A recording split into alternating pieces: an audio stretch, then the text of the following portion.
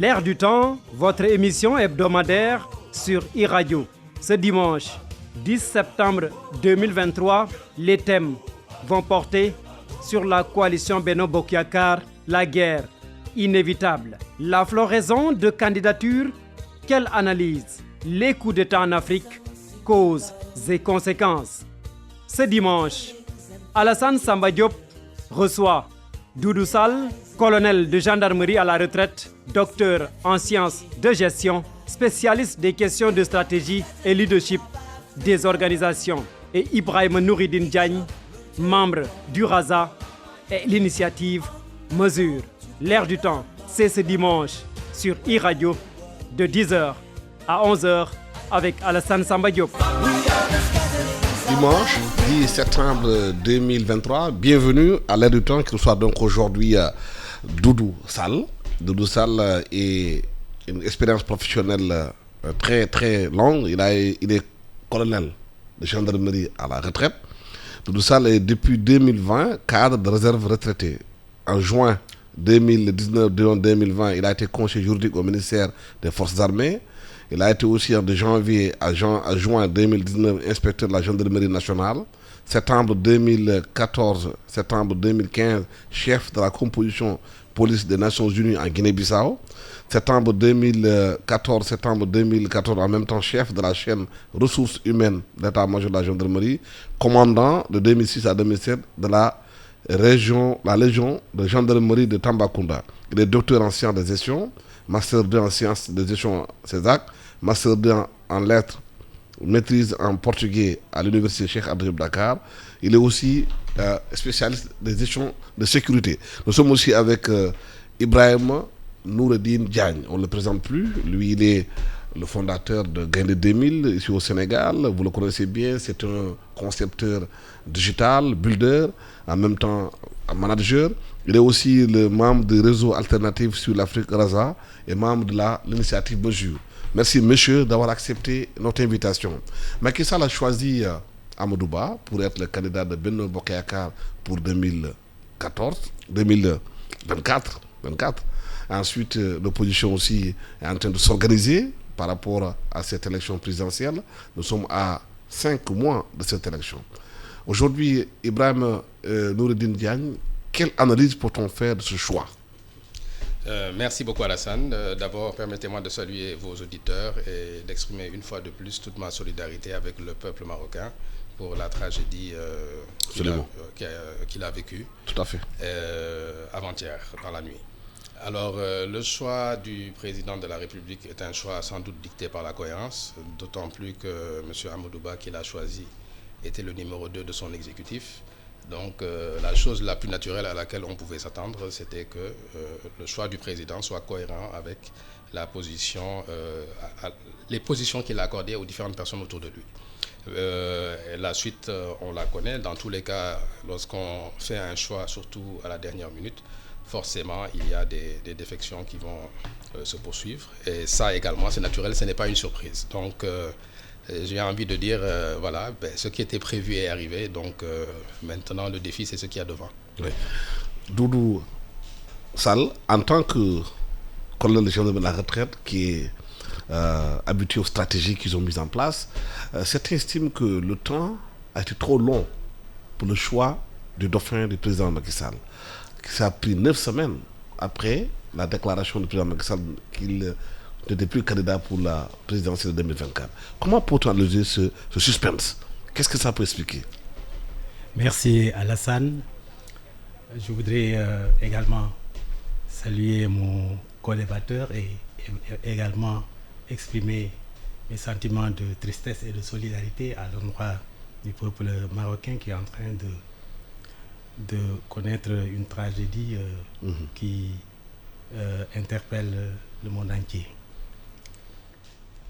Pour répondre à votre question, je crois qu'effectivement, on peut faire une analyse du point de vue stratégique. On peut faire une analyse de ce choix du président et de ce délai qu'il a pris pour donc désigner le candidat de sa coalition le candidat qui va aller aux joutes électorales.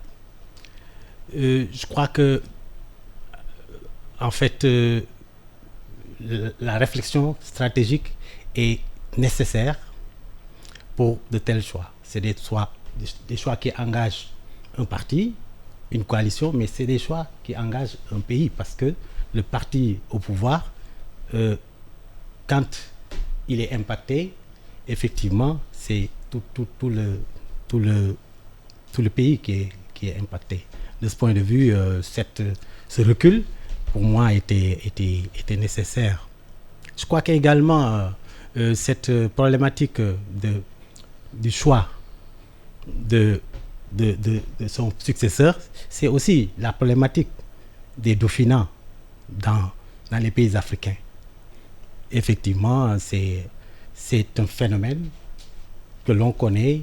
Les partis au pouvoir ont du mal à, disons, la dévolution du pouvoir n'est pas, disons, assez linéaire quand il s'agit pour un président de quitter le pouvoir et de le laisser à un autre. Donc cette problématique se pose aussi bien pour le parti au pouvoir qu'également pour les partis d'opposition. Hein. Et on a vu des partis d'opposition disparaître avec la disparition de leur leader. Est-ce que justement, Ibrahima, est-ce qu'on va vers la guerre inévitable au sein de Benno? On a déjà vu que dès que le président a annoncé qu'Amadou Ba a été choisi, Ali Ngouille a démissionné. Abdoulaye Daouda Diallo, certains estiment qu'il y a des velléités aussi de partir seul. On parle de Mambo Diaw qui va faire une conférence de presse aujourd'hui, et d'autres peut-être qu'on n'a pas connus, peut-être même dans Benno, qui pourront sortir. Est-ce qu'on va vers une guerre inévitable au sein de Benno? Non, ce ne sera pas une guerre, parce que quand même, je pense que c'est une famille qui est assez soudée, puisque pendant 12 ans, ils ont gouverné le pays. Je pense que leurs liens sont plus forts que les divergences qui apparaissent.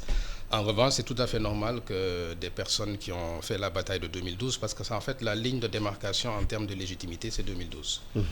Toute personne qui a accompagné le président de la République en 2012, alors qu'il était un candidat et qu'il n'était pas encore président, peut légitimement prétendre le quitter dès lors que ce dernier a fait un choix qui ne correspond pas à leurs convictions. Donc pour moi, c'est des choses naturelles, mais ça ne sera pas une guerre, car ils n'ont pas un niveau d'opposition et d'animosité suffisant pour qu'on puisse parler de guerre. Ah oui? Écoutez, c'est des personnes qui ont géré le pays pendant 12 ans ensemble. Ils ne sont pas des ennemis, ils sont des rivaux. Donc ça sera de façon très civilisée que chacun d'entre eux cherchera à faire la différence. Mais ce qu'on appelle guerre, je pense que c'est plutôt ce qui se passe entre le parti au pouvoir et l'opposition. Oui. Mais justement, est-ce que l'opposition aujourd'hui, elle peut maintenant identifier la personne sur laquelle elle va concentrer ses critiques, sa façon de gérer, parce qu'Amadou Ba a été choisi, désigné. Et ensuite, est-ce que plusieurs candidatures au sein de Benno peuvent affaiblir Benno dans sa conquête pour le pouvoir? Moi, je crois que le choix du président étant assez cohérent, l'opposition, effectivement, a identifié la cible, mais en fait, c'est toujours le président, c'est la politique du président qui sera défendue par son dauphin. Et je crois que le profil du dauphin aussi montre, plus ou moins, en tout cas ce choix du président montre que lui-même, il va au combat. Il n'est pas un élément étranger aux joutes, au futur combat. Il a choisi quelqu'un qui fait consensus, mais aussi qui va tout lui devoir, toute la légitimité du dauphin. Le dauphin va tirer toute sa légitimité du président. Il ne la tire pas d'un poids politique, en tout cas avéré ou en tout cas national. Il ne la tirerait pas certainement de joutes électorales antérieures, ce qui veut dire, et il n'était pas, en tout cas au début de la deuxième alternance, il n'était pas une ponte du parti. Donc de ce point de vue, je crois que le choix du président est un choix aussi qu'il faut traduire par rapport à son positionnement lui-même pour le mandat futur. Est-ce que justement, nous sommes à 5 mois de la présidentielle, avec une situation économique quand même difficile pour les Sénégalais, l'inflation qui a complètement pris l'ascenseur, les problèmes de la jeunesse qui continue à prendre les pirogues pour aller, 1150 jeunes la fois dernière au rivage de l'Espagne, où vous avez des jeunes Sénégalais qu'on retrouve au Nicaragua, à la frontière mexicaine. Mais ça, c'est un échec peut-être du gouvernement dans sa politique d'emploi qui peut aujourd'hui avoir un impact sur la présidentielle. Oui, et d'ailleurs, vous m'amenez à reporter le débat non plus sur les candidatures, mais sur l'électorat aujourd'hui. Parce qu'en fait, on peut parler beaucoup de candidatures, mais c'est l'électorat qui fait le jeu. Absolument. Aujourd'hui, l'électorat au Sénégal est un électorat, selon mon analyse, qui est composé des irréductibles du président, qui le soutiendraient quoi qu'il advienne, et des irréductibles de l'opposition qui, lorsqu'ils entrent dans un bureau de vote, la première chose qu'ils font, c'est d'ignorer le bulletin du parti au pouvoir. Et entre les deux, vous avez des gens qui observent, qui savent identifier de bonnes choses, qui s'indignent face à des choses qui sont moins bonnes. Et malheureusement, c'est l'entre-deux qui fait l'élection est toujours sous-considéré par les partis au pouvoir, pas par l'opposition, mais par les partis au pouvoir, qui ont toujours la tendance à se mettre entre personnes de même ignorer ce conviction. qu'on appelle cette majorité ou bien cette masse silencieuse Silencieuse qui fait l'élection. Dans tous les cas, c'est qui est déterminante dans le choix. Mais exactement, parce que je pense que les plus nombreux sont ceux qui ne sont pas apparentés politiquement et qui sont des observateurs de ce qui se passe, de ce qui est bien et de ce qui est moins bien. Mais c'est là, ils attendent quoi des partis politiques sur le plan programmatique? Ben justement, en fait, ils attendent, de mon point de vue, c'est toujours mon appréciation, ils attendent d'abord la crédibilité. Parce qu'aujourd'hui, les programmes écrits, bien écrits, je pense que tous les candidats sont capables de les produire. Mais des personnes crédibles qui ont la compétence, la volonté et l'engagement pour pouvoir les porter, c'est ça qui fait la différence. Et ce sera tout l'enjeu d'une candidature. Être candidat et ne pas mettre en avant ses qualités en matière de crédibilité, en matière de compétences et en matière de volonté, c'est ne pas adresser l'électorat. Et donc, c'est vraiment un appel que je voudrais lancer à tous qui sont candidats et qui ont des ambitions. Ce n'est pas le programme, ce n'est pas le parti qui vous porte, c'est la crédibilité et votre capacité à résoudre les problèmes que vous avez énoncés, qui sont des problèmes anciens, qui ne sont pas résolus et qui sont quelque part même des bombes sociales qui reposent sur tout le Sénégal. Mais si on regarde justement l'environnement politique au Sénégal, on assiste à une floraison de candidatures. On a l'impression que ce n'est pas aujourd'hui le parrainage peut-être qui va faire des filtres. On aura peut-être 100 ou 200 candidats pour aller voir, chercher la voix des Sénégalais. Est-ce que justement c'est crédible tout ça? Mais vous voyez, M. Diop, moi je ne suis pas trop gêné par la multitude de candidatures ou une floraison de candidatures. Je suis plutôt gêné par les profils. Si vous avez un projet politique, si vous avez des offres, une offre politique pour le Sénégal, je crois que rien ne doit s'opposer à ce que vous la fassiez. Maintenant, je crois que c'est à ce niveau-là qu'il faut poser les problèmes et les débats. Mais il y a aussi le profil de ceux qui portent ces projets. Et ces profils, je crois qu'il y a au moins deux profils qui se dégagent. On peut voir les gens qui sont là depuis longtemps, les gens qui sont plus dans qui sont plus des politiques. Et on peut voir aussi des gens qui sortent de la société civile ou du secteur privé et qui viennent proposer quelque chose. Je crois que on parle d'alternance générationnelle, mais je crois que c'est par rapport à ces mécanismes qu'il faut arriver à peut-être renouveler le personnel politique, l'offre politique. Je suis pas comment dirais-je, horrifié quand je vois quelqu'un qui sort du néant, qui dit moi je suis un spécialiste en tel, ou bien moi je suis jeune, j'ai 30 ans, j'ai 40 ans, je suis chef d'entreprise, je veux briguer les suffrages des Sénégalais. C'est vrai, il y a de la crédibilité, mais je crois que les jeunes qui ont peut-être moins de 50 ans, qui arrivent, peut-être qu'ils peuvent se projeter sur une période, une génération et continuer à faire leur offre politique, mais aller travailler après la politique. Parce que la politique ne fait pas vivre son homme, ne doit pas faire vivre son homme. Normalement. Et je crois que c'est peut-être à ce niveau-là que le Sénégal a des progrès à faire. On ne peut pas faire une carrière politique. Je crois qu'on a des profils qui se dégagent, des gens qui sont des entrepreneurs, de grands entrepreneurs, qui vont prendre des mairies, par exemple, et puis qui mettent à la disposition des populations leur expertise de manager.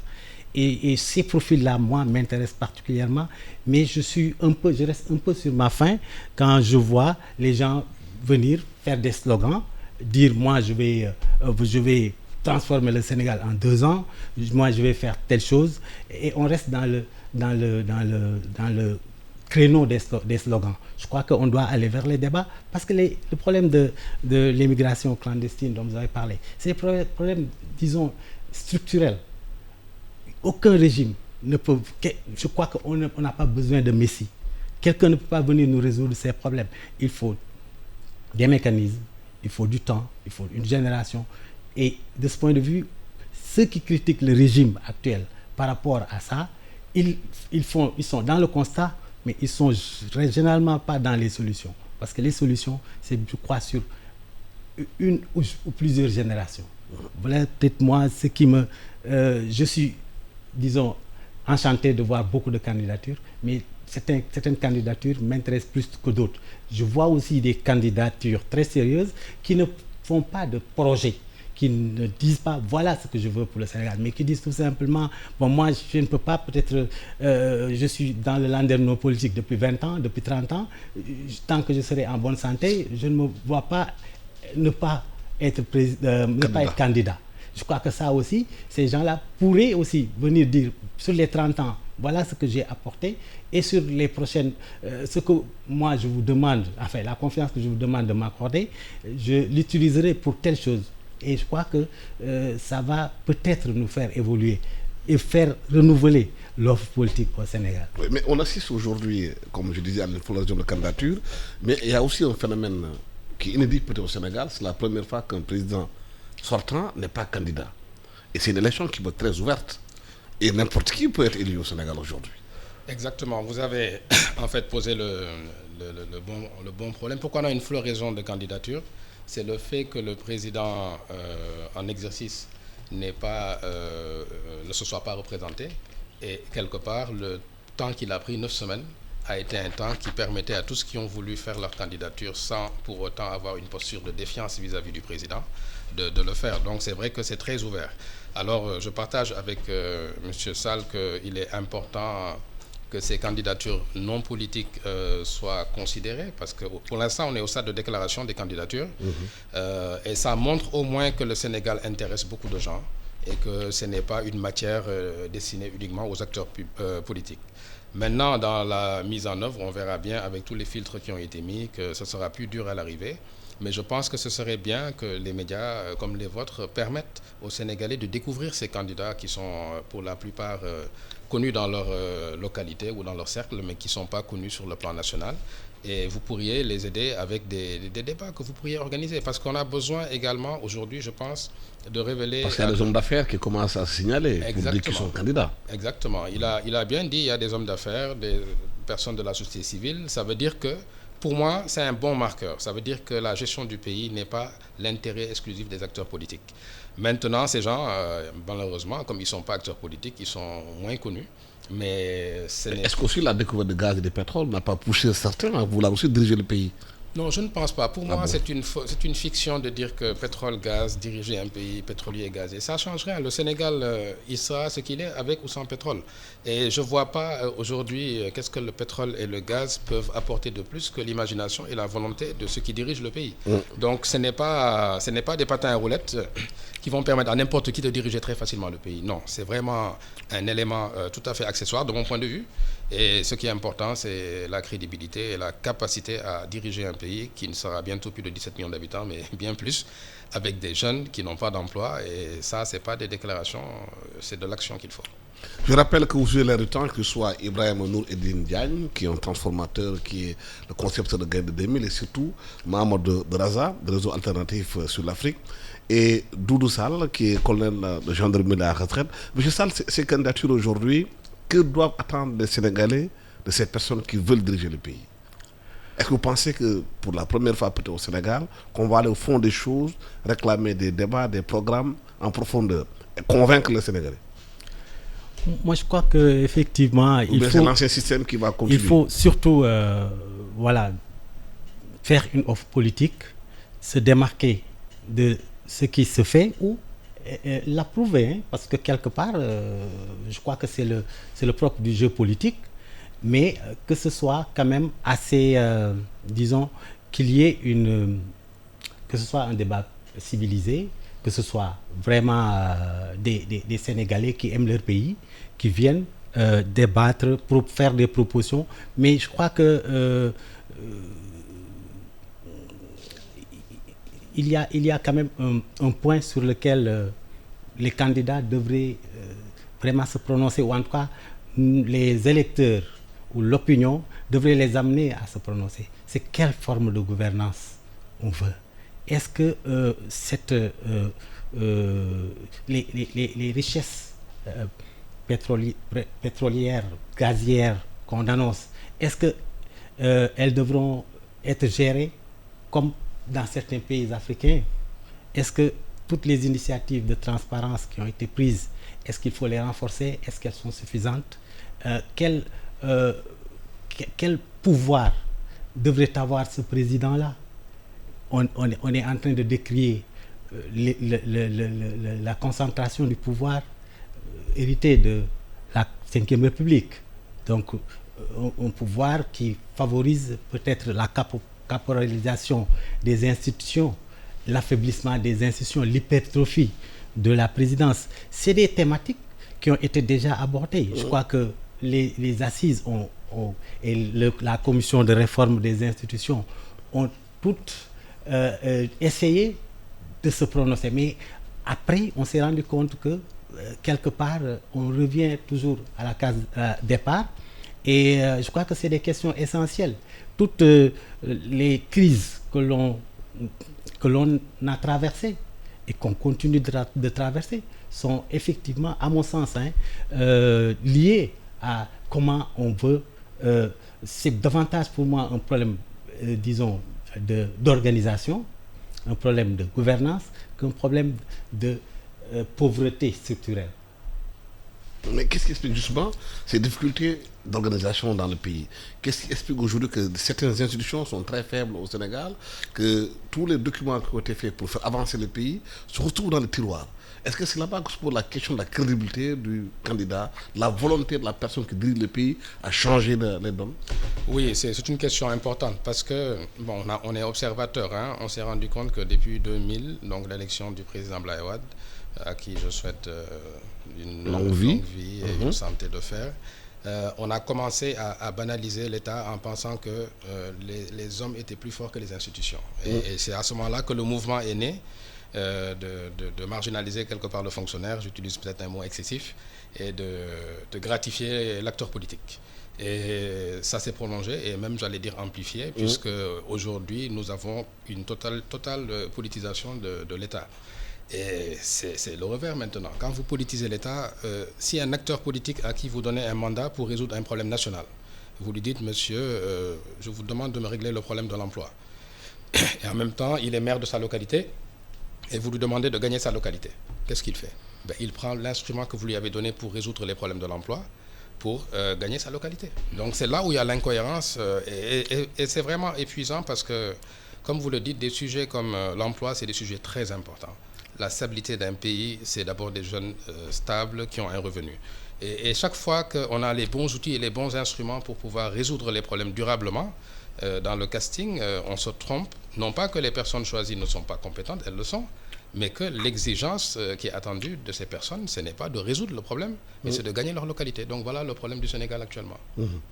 Est-ce que cela pose dans ce débat aujourd'hui les enjeux de sécurité et de géostratégie pour le prochain président, la prochaine présidentielle? On a vu ce qui se passe dans la sous-région aujourd'hui, ce qui se passe au Niger, Guinée-Conakry, Mali.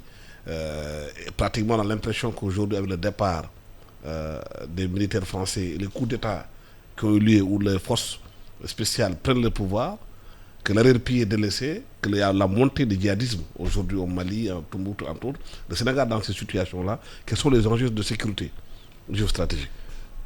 Je crois que effectivement cette récurrence des coups d'État dans nos la sous-région et au-delà, c'est un phénomène, disons, assez nouveau du point de vue du modus operandi des auteurs.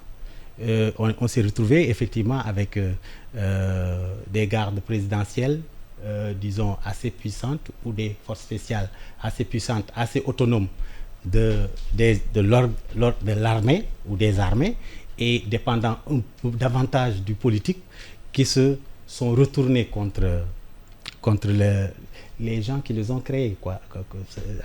Si on peut dire ainsi.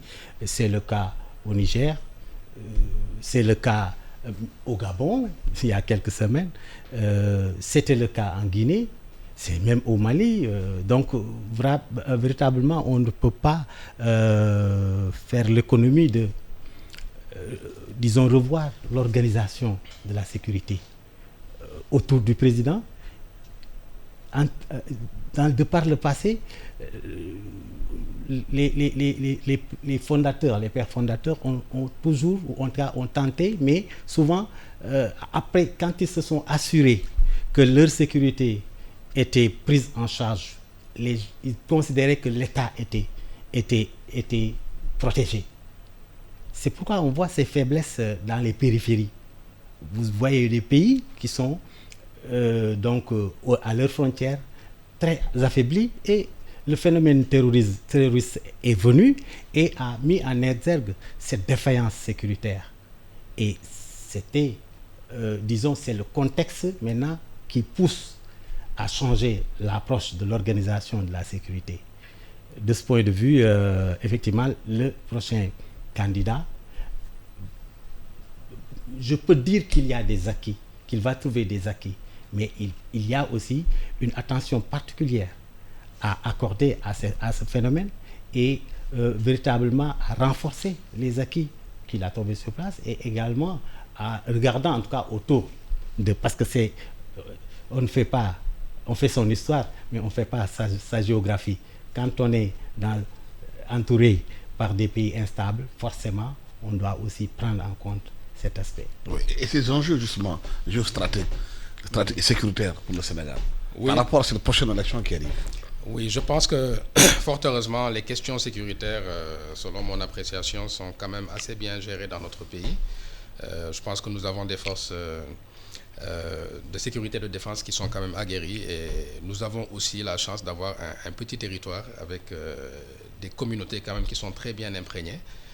Donc la faille aujourd'hui pour déstabiliser le Sénégal, elle existe comme pour tous les pays, mais je pense que c'est une toute petite fenêtre. En revanche, ce qu'il est important de noter, c'est que dans tous les pays qui ont été évoqués, ce qui s'est passé avec la gouvernance civile et les populations, c'est qu'il y a eu un écart de plus en plus important entre les attentes des jeunesses et des populations en matière de souveraineté, en matière d'emploi, une sorte d'impatience à laquelle les pouvoirs civils n'ont pas pu apporter de réponse, ce qui a donné un boulevard à des pouvoirs militaires. Et donc je pense que le grand danger, c'est de ne pas mépriser les attentes d'une population qui sont légitimes. Vous pouvez faire 1000 choses et ils en demanderont 1000, et c'est normal parce que le politique, il est choisi parmi tous les acteurs du pays pour pouvoir résoudre des problèmes. Et donc je pense que tant qu'on aura un système où les acteurs politiques comprendront que leur mission, ce n'est pas d'occuper des postes, mais c'est de résoudre des problèmes, nous serons à l'abri. Mais pour l'instant, en tout cas, je pense que cet écart existe au Sénégal, et je pense que les acteurs politiques n'ont pas compris les attentes des populations et se suffisent simplement à occuper des positions et à se servir de ces positions pour être des acteurs politiques forts dans leur localité. Ouais. Les Sénégalais ont vécu cette situation lors des émeutes où les jeunes sont sortis, plus pour revendiquer une sorte de légitimité, ou peut-être qu'ils ont été oubliés, ces jeunes, par rapport aux politiques publiques qui ont été mises en place, que pour suivre quelqu'un comme Ousmane Sonko, qui a lui aussi été un catalyseur de cette colère des jeunes. Est-ce qu'aujourd'hui cette dimension est prise en compte par rapport à la jeunesse sénégalaise, qui réclame de plus en plus de transparence dans la gestion des deniers publics, dans la gestion du pays, dans la façon de faire, et demande un changement de paradigme? Je crois qu'effectivement, il y a, disons, un changement d'approche qu'il est nécessaire de je dirais même un changement de paradigme qu'il faut opérer. La perception est un paramètre dont il faut tenir compte maintenant, parce que il y a beaucoup de leviers sur lesquels s'appuient les citoyens, les jeunes, je dirais pas uniquement les jeunes, et que semblent ignorer les dirigeants. Ou en tout cas, en disant que si on laissons du temps au temps, ils n'ont pas compris. Et je crois que la différence entre les pays, disons, développés ou en tout cas démocratie avancée, et nous, c'est que nos populations, la sensibilité de nos populations, la perception de nos populations dans ces pays à démocratie avancée est un paramètre de gouvernance. Les décisions sont prises par rapport à la perception que les populations ont d'un phénomène, d'une situation. Si je fais une petite digression, si on prend le cas de l'abaya en France, le ministre qui a pris une décision d'interdiction, mais si vous voyez derrière, il y a des sondages. La majorité des Français, au-delà, on parlait de 87% des Français qui étaient opposés, qui sont opposés à l'abaya. Donc c'est la perception de la population française. C'est sur cette perception que le ministre s'est appuyé pour interdire et maintenant défendre sa position. Peut-être que dans un pays africain, le dirigeant se serait dit, il se trompe. Attendons qu'il se détrompe. Je crois que c'est effectivement ces approches qui font qu'il y a maintenant un hiatus, il y a une sorte de dialogue de sourds entre les dirigeants et les jeunes. Les jeunes sont très violents, je les réprime de manière plus violente. Je crois que c'est aussi, disons, c'est pas la solution. Je crois qu'effectivement, il y a eu des violences et à partir du moment où il y a eu ces violences, il y a les causes immédiates, il y a les causes profondes. Et les causes profondes, quand c'est une demande de plus de, disons, de collégialité, de transparence, de les associer, parce que c'est pas forcément tout de suite avoir de l'emploi, c'est l'objectif, hein, et c'est légitime. Mais c'est souvent peut-être plus d'humilité de la part des dirigeants, plus de travail de proximité, que de dire, écoutez, voilà, le problème, je l'ai identifié, je vais le régler dans 6 mois, dans 1 an, je vais faire 100 000 emplois. Je crois que c'est un peu ces approches. Et après, de l'autre côté maintenant, dire, écoutez, la prochaine fois que ça va se passer, ce sera encore plus dur, parce que dans tous les cas, à la violence, il y aura plus de violence, ou bien à la diversité de l'information qui distille, qui peuvent distiller ces germes de violence, on va opposer un monopole de l'information en mettant sous coupe fermée toute information ou toute opinion divergente, en s'attaquant disons presque, c'est tous les pays africains, hein, je ne parle pas du Sénégal en particulier, on va se dire, écoutez, voilà, l'internet est subversif et il faut tout de suite, alors que je crois que c'est un peu en amont qu'il faut travailler, et après maintenant, quand l'événement se passe, essayer d'aller au niveau de ces médiums et de se défendre, de défendre la pertinence de sa position. Je crois que c'est plus cette approche qu'il faut avoir. Mais qu'est-ce qui explique ce décalage entre les gouvernants et la jeunesse aujourd'hui? Bon, le décalage, il a souvent existé, mais pour moi, c'est un manque de lucidité des décideurs. Hein? Parce que quelque part, aujourd'hui, vous savez bien que gouverner un pays de 17 millions d'habitants, ce n'est pas une question facile. Et il faut avoir les bons mécanismes pour pouvoir porter ces initiatives auprès des jeunes. Je pense que les décideurs ont manqué de lucidité quelque part, parce qu'ils se sont peut-être mis entre personnes de même conviction, et quelque part c'est le danger qui peut atteindre chaque individu. Lorsque vous devez décider pour une communauté, le plus grand danger c'est de vous enfermer avec des gens qui partagent les mêmes convictions que vous, parce qu'il va vous échapper un ensemble d'urgences. Donc je pense que la démarche traditionnelle de faire des annonces et d'avoir une télévision qui fait la propagande, qui montre des réussites et tout ça, les jeunes ne regardent pas la télévision. Les jeunes, ils sont sur Internet, ils regardent les réseaux sociaux et justement, il y a beaucoup de désinformation, il y a beaucoup d'aggravation et le développement d'un pays, ce n'est pas la bataille de l'information. Le développement d'un pays, c'est de l'action concrète pour résoudre des problèmes. Après, une fois que les problèmes sont résolus, il n'y a plus d'inondation, il y a des problèmes d'emploi, la sécurité est là, l'emploi est réglé, l'habitat, les transports. À ce moment-là, on peut se payer le luxe de faire des batailles de communication. Mais vraiment, pour un pays comme le Sénégal, qui a vue d'œil s'appauvrit, parce que c'est ça en fait. C'est pas que le pays devient plus pauvre, c'est que les Sénégalais deviennent plus pauvres. Et ça, quand on ne le voit pas et qu'on continue à rester dans des schémas classiques macro, on prend ses distances avec son peuple. Je lisais quelqu'un qui disait que Macky Sall a construit le Sénégal, mais il n'a pas développé. Il y a eu des ponts, il y a eu des BRT et tout, mais le Sénégal reste dans la pauvreté. Ils ont construit des ponts où les gens ont encore faim. En fait, je dirais même pas qu'il n'a pas développé le Sénégal parce que ce serait un jugement de valeur. Il a fait des infrastructures qu'on peut apprécier ou ne pas apprécier, surtout par rapport à leur coût, pas seulement par rapport à leur utilité fonctionnelle. Mais là où, pour moi, il aurait pu beaucoup mieux faire, c'est qu'il avait des projets structurants très ambitieux, mais dans la mise en œuvre, il s'est très rapidement, selon mon appréciation, remis dans le fait qu'il y a une seule chose d'importante, c'est la politique et de gagner des élections. Et c'est peut-être ça qui a quelque part fait que beaucoup de ces idées intéressantes n'ont malheureusement pas produit les résultats qu'il en escomptait. Alors, la dépolitisation, pour moi, c'est vraiment l'enjeu majeur du prochain régime. Il ne faut surtout pas être dans la continuité. Et là, il faut de la rupture. Il faut être pour la rupture. Et ce sera peut-être le combat le plus difficile pour Amadou Ba parce que le Sénégal attend de la rupture. Et lui, pour l'instant, il est instruit pour la continuité. Et donc, il faudra qu'il fasse preuve d'un grand génie politique pour pouvoir incarner une rupture dans la continuité. Mais est-ce que justement ce manque de rupture dans nos pays, ce qui pousse les jeunes à même préférer des fois des coups d'État? On voit dans certains pays, quand les militaires prennent le pouvoir, la liesse populaire qui est d'abord, parce que les populations estiment que ceux qui étaient au pouvoir ne s'occupent pas d'eux. Effectivement, je crois que c'est le dialogue de sourds qui existe.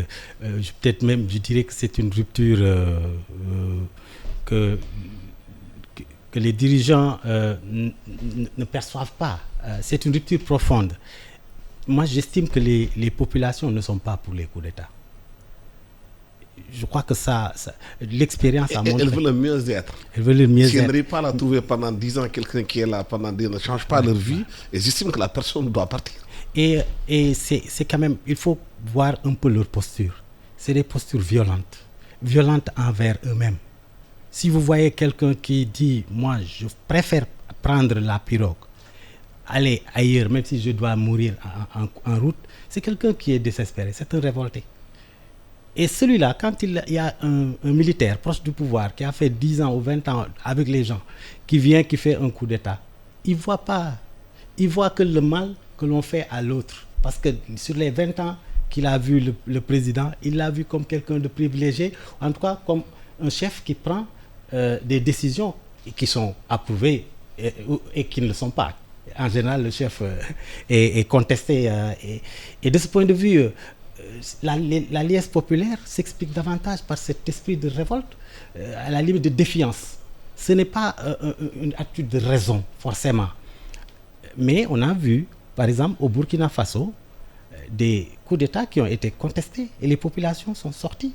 Le coup d'État de 2015 de Diendéré, pour faire revenir Blaise, il a fait l'objet de contestation des populations. Ça veut dire que les coups d'État qu'on a vus au Niger ou au Gabon, où on a porté, disons, l'auteur en triomphe, ça veut dire que quelque part, le système que le monsieur a remis en cause, c'est ce système.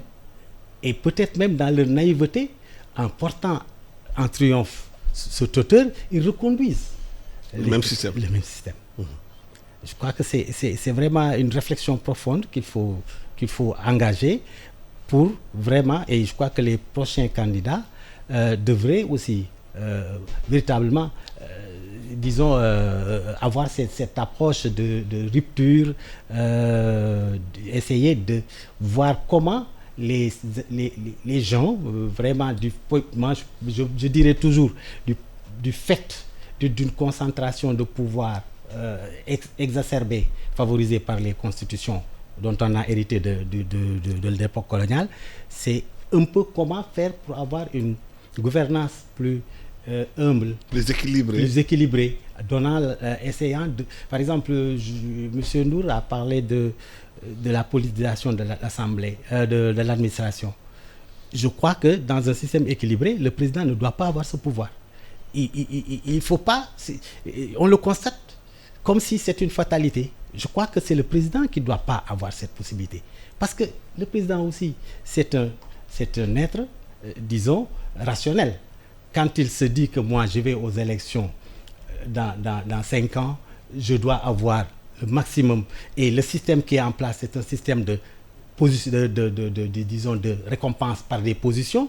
Il cherche des positions. S'il ne les trouve plus à l'Assemblée, il ne les trouve plus dans les institutions, il va aller vers l'administration. C'est presque une attitude naturelle. Je crois que c'est le système, c'est un peu la réglementation, c'est un peu les candidats qui font les offres politiques. Ce sont ces candidats-là qui doivent répondre, qui doivent nous dire comment nous, on va faire pour que l'administration ne soit pas politisée.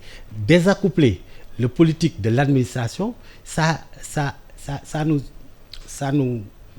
fait franchir.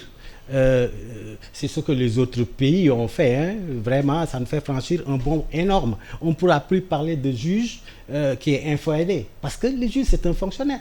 Quand il a toutes les garanties dans sa profession, c'est quelqu'un qui devient autonome du politique. Mais ça, c'est dans son statut. C'est pas quand il est à la limite, à la merci du politique.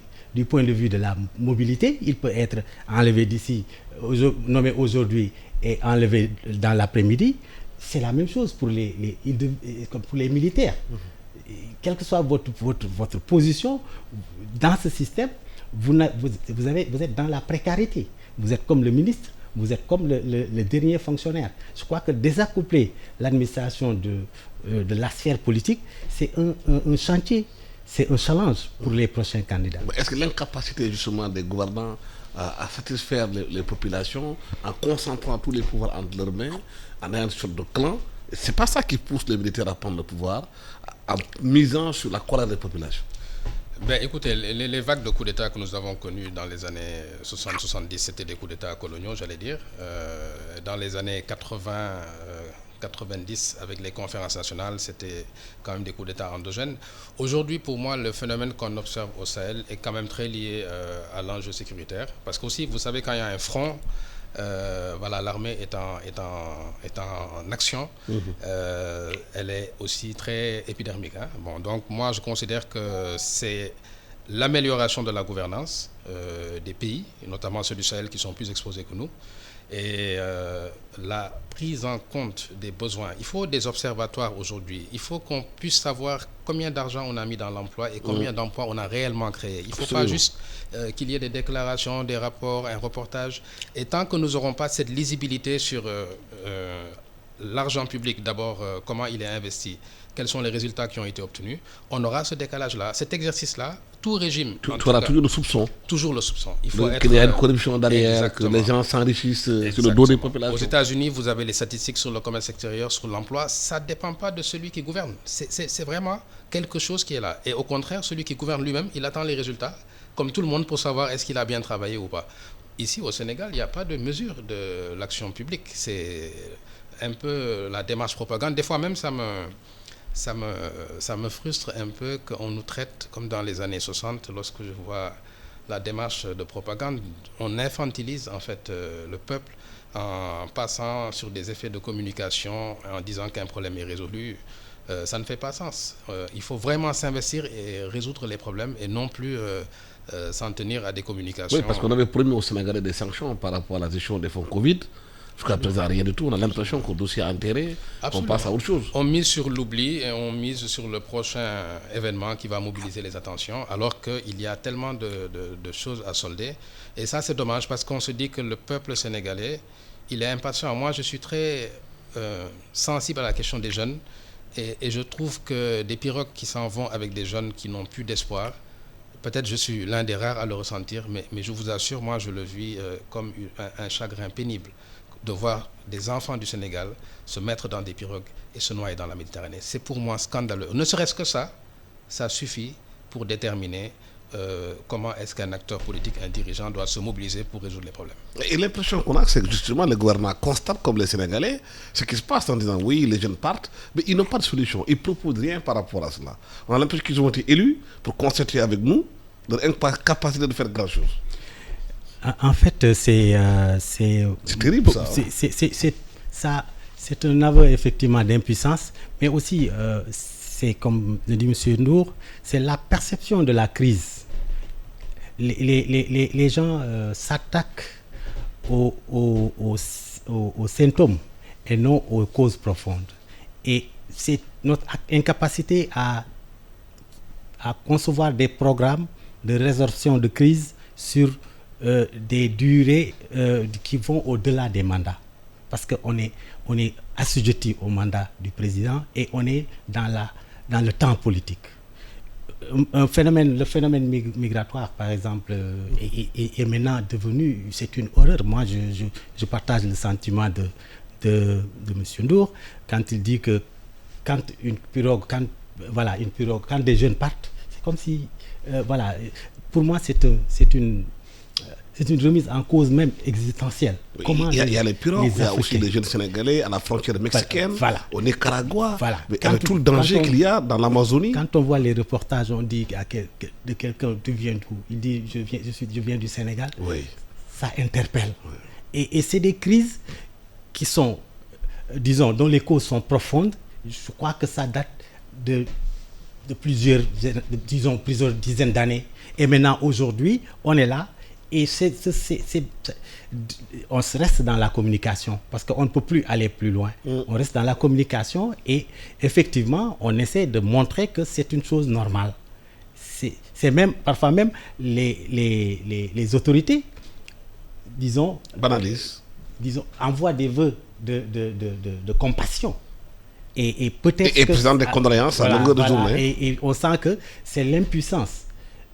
Et maintenant, le problème, c'est qu'il faut arriver à connecter le phénomène politique avec le phénomène, disons, migratoire. Les candidats qui vont venir, qu'est-ce qu'ils vont dire? Il faut qu'ils arrivent à se prononcer par rapport. Si un candidat vient dire que dans 2 ans, il n'y aura plus de... Mais ce candidat n'est pas sérieux. Je crois que c'est un peu ces problématiques qu'il faut que l'enjeu, en tout cas des prochaines élections, c'est un peu ça. Quelle offre politique par rapport à ces crises qui sont profondes et qui sont à la limite insupportables. Ibrahim, cette question, on a l'impression que le gouvernement est incapable de la résoudre. L'opposition ne propose rien. C'est juste des condamnations en dénonciation. Mais quelles sont les solutions par rapport à ces problèmes? On ne les entend pas parler. Il n'y a même pas de consensus national sur ces questions essentielles. Mais c'est la jeunesse du Sénégal qui se déverse en mer, qui meurt. Oui. En fait, vous posez 2 questions. Moi, je mets rarement en parallèle l'opposition et le pouvoir parce que le pouvoir a un véhicule sur l'autoroute, l'opposition n'a pas de véhicule. Donc, il le cherche aussi. Oui, tout à fait. Il a des idées, comment il va conduire s'il a le véhicule, mais pour l'instant, il ne l'a pas. Donc, c'est vraiment au pouvoir à qui il faut peut-être apporter ses contributions pour résoudre ces questions-là. L'opposition doit construire des programmes pour le résoudre. À mon avis, la question d'immigration sauvage est une question qui est liée au désespoir. Ouais. Le désespoir, ça veut dire qu'un jeune qui n'a aucun horizon, il est dans sa maison, ses parents n'ont pas de quoi manger ni de quoi se soigner, a fortiori lui-même, et 0 horizon. Chaque fois qu'il il allume la télé, on lui dit que tout est normal, ton pays ne changera pas parce qu'il est bien géré. Qu'est-ce qu'il va faire? C'est humain, même un animal, quand vous le coincez entre 4 murs, il finit par se tourner contre vous. Donc pour moi, à la limite, il faut peut-être créer un ministère de la lucidité, de sorte à ce que chaque pouvoir qui sera en place ait toujours une lecture très ouverte des phénomènes tels qu'ils se produisent et qu'ils ne se mettent pas en certitude entre eux. Mais pourquoi ils sont enfermés justement dans cette sorte de perte de lucidité quand ils sont au pouvoir? Mais c'est dû à quoi? C'est psychologique, c'est parce qu'il y a la cour qui est là, qui vous dit que vous êtes le plus beau, vous ne voyez rien, ce qui se passe. Et pourtant, quand vous êtes dans l'opposition, vous êtes une lucidité extraordinaire. Moi, je pense que je vais prendre le président Abdou Diouf, qu'on ne cite pas assez souvent. Mais du temps de son régime, je pense qu'il y avait une forme de lucidité. parce qu'il s'était peut-être organisé en tant qu'homme d'État historique pour faire la différence entre sa personne, l'État et ses opinions propres. Mais à la faveur de l'élection de mon grand-père chéri Abdoulaye Wade, nous avons quand même un peu affaibli cette dimension de l'État, c'est une chose, moi je suis une chose et je suis au service de l'État. Et cette lucidité-là, vraiment, je pense qu'elle est devenue endémique. Et tant qu'on n'aura pas cette lucidité, on ne pourra résoudre aucun problème. Merci infiniment à mes invités. Le temps que nous est parti est terminé. Merci à Doudou Sall, qui est docteur en sciences de gestion, spécialiste des questions de stratégie, ancien colonel de la gendarmerie à la retraite. Merci à Ibrahim Nour Edine Diagne, membre de RASA et de l'initiative Mesure. À la technique, Biran Sissé, micro Alassane Samba Diop. Excellent dimanche à tous. Jaarama Cheikh Anta Diop liggéeyal na xeet wi ñu ngi déggaloo Cheikh nga ñuy xeexal ñun ñu lay xeex jarul làkk Cheikh